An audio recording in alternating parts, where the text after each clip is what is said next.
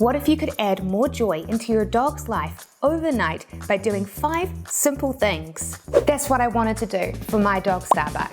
He is a Swedish Fellhund. They are very smart and usually considered moderately high energy dogs, and yet if you saw him, you honestly wouldn't know because he is constantly snoozing and relaxing at home. But trust me, he was not always so content with his life. As a puppy, he would get into lots of trouble.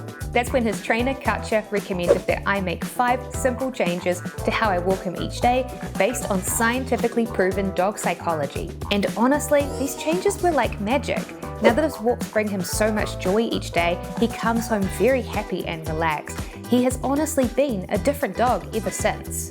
1. I let Starbuck control the pace of our walks. Now, I know that probably sounds like really basic advice, but seriously, letting Starbuck control the pace of our walks has completely transformed them, and he enjoys them so much more. You see, when his trainer Katja suggested this change, she explained to me that by a dog's standards, human walks are boring.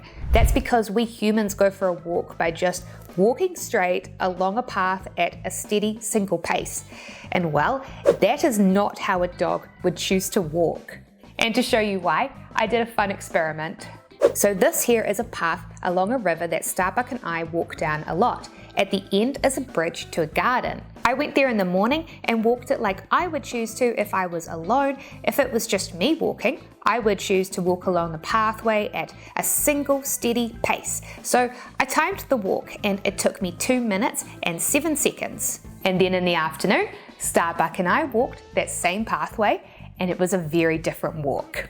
Almost immediately, he stopped to sniff something, and then shortly after that, we left the pathway and wandered onto the grass. We went right up against the river, exploring the plants and smells. Sometimes he would pick up the pace and we would start moving really fast. I would have to jog to keep up with him, whereas other times we'd just stop to a halt to take a look at the ducks. And then sometimes we would even walk backwards. We most certainly did not walk in a straight line, but we did eventually make it to the bridge, and it took us 5 minutes and 26 seconds. What my experiment showed is that dogs have very different preferences when it comes to walking. They like to alternate between going slowly and stopping and sniffing, and then jogging and running. And if you let your dog walk the way that they want to, they will enjoy it way more and will come home much more content to relax and snooze, tired out from all of the fun that they just had. 2. I let Starbuck choose where we walk. So, letting your dog choose where you walk is simple. Instead of making them heel at your side, let them walk out in front of you. If you do, they will naturally pick the direction they want to walk in, and it's often very different to what we would assume. For example, I tried another experiment for this video. I went for a walk with Starbuck and we came to a pathway that had 2 different directions to pick from. And I let Starbuck choose which path to take. He decided to go to the right. Now, I would have honestly assumed that he would have picked the left as it had lots of nice grass, but my assumption was wrong. And here is the thing, dogs crave the ability to make choices. In the hierarchy of dog needs, there is a section at the top called cognitive needs, and in that section, it talks about the desire for dogs to be able to make choices about their lives. And yet, despite this, very few dogs are given the opportunity by their owners to make choices. We just make them all for them. We make almost all the choices for their lives. We choose what and when they eat. We choose when and what games we play with them. And we choose what time they go for a walk. And so I truly believe that letting a dog choose the direction of a walk is a great opportunity to safely let them make choices. 3. I let Starbuck sniff everything.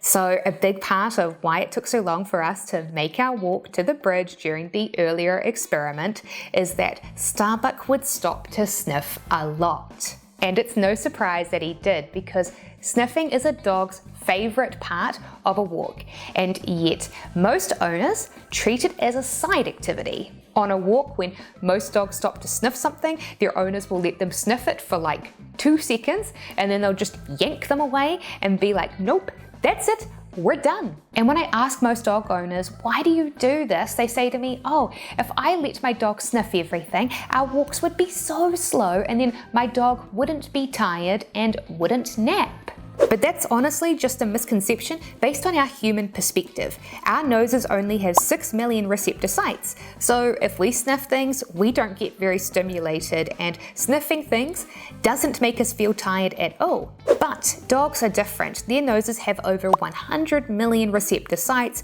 which is why their sense of smell is incredible.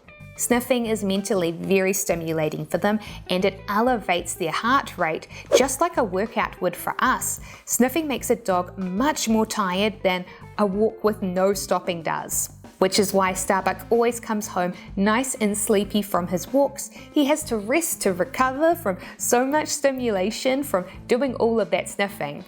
4. I stopped using a retractable leash. So this is the sort of leash I now walk Starbuck on. It is just a standard dog leash. I do not use a retractable leash like this anymore. And that is because, as you can see with this leash here, it is tight. There is no slack in this line at all. And that's important because dogs are cursorial animals, which means that their first instinct is to run away from danger. They only fight or bite if they feel that they are trapped. And so when you're walking them on a retractable leash, they always have to pull against it because it is so tight.